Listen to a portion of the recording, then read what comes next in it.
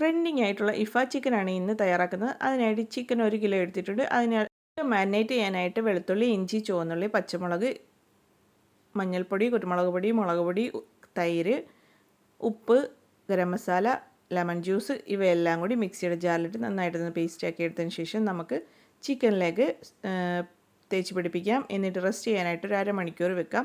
വെച്ചതിന് ശേഷം നമുക്ക് ഒന്ന് ഫ്രൈ ആക്കി എടുക്കണം. ചിക്കൻ ഒന്ന് കുക്ക് ചെയ്തെടുക്കണം. കുക്ക് ചെയ്യുന്നത് ഞാൻ ബട്ടറിലാണ് കുക്ക് ചെയ്തെടുത്തിട്ടുള്ളത്. ബട്ടറും കുറച്ച് സൺഫ്ലവർ ഓയിലും കൂടി ഒഴിച്ചിട്ടുണ്ട്. ബട്ടറിൽ മാത്രം കുക്ക് ചെയ്യുമ്പോൾ പെട്ടെന്ന് അത് കരിഞ്ഞു പോകാൻ സാധ്യതയുണ്ട്. അതുകൊണ്ട് ഞാൻ കുറച്ച് സൺഫ്ലവർ ഓയിലും കൂടി ചേർത്തിട്ടുണ്ട്. ഇനി നമുക്ക് ഇതിലേക്കുള്ളൊരു വൈറ്റ് സോസ് തയ്യാറാക്കിയെടുക്കാം. ബോയിൽ ചെയ്തെടുത്തുള്ള എഗ് വൈറ്റും അതിലേക്ക് 2 സ്ലൈസ് ചീസ്, ഉപ്പ്, അതുപോലെ തന്നെ ഫ്രഷ് ക്രീം, 2 അല്ലി വെളുത്തുള്ളി, കുറച്ച് സൺഫ്ലവർ ഓയിലും കൂടി ചേർത്തതിന് ശേഷം നന്നായിട്ടൊന്ന് ബ്ലെൻഡ് ചെയ്തെടുക്കാം. എന്നിട്ട് നമുക്ക് കുക്കായ ചിക്കനിലേക്ക് സ്പ്രെഡ് ചെയ്ത് കൊടുക്കാം. നമ്മുടെ ഇഫ ചിക്കൻ ഇവിടെ റെഡി.